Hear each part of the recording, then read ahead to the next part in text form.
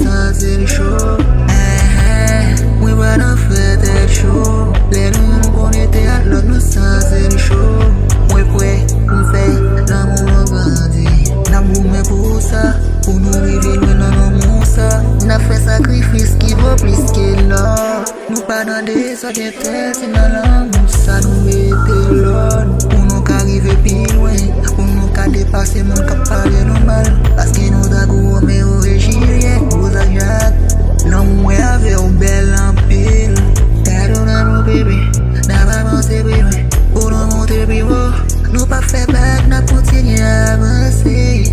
San pe, san kren, nan nan moun pa gen frustration. Si yo ye gude nou se paske yo frustre. Yo frustre, epi yo visye. Nan pare tan yo de mek avin fe chen a pie nou. Hori, hori, hori, hori, hori, hori. Yo pa vle nou ansam, yo vle nou divise. Pou nou yon nou a hilot. Debi nan ginen ti nek zayinek. Mwen pre mfe nan moun nou grandi. Mwen pa nan fete show. Le nou yon konete at lot nou fazer show. Mwen pa nan fete show. Le nou yon konete at lot nou fazer show.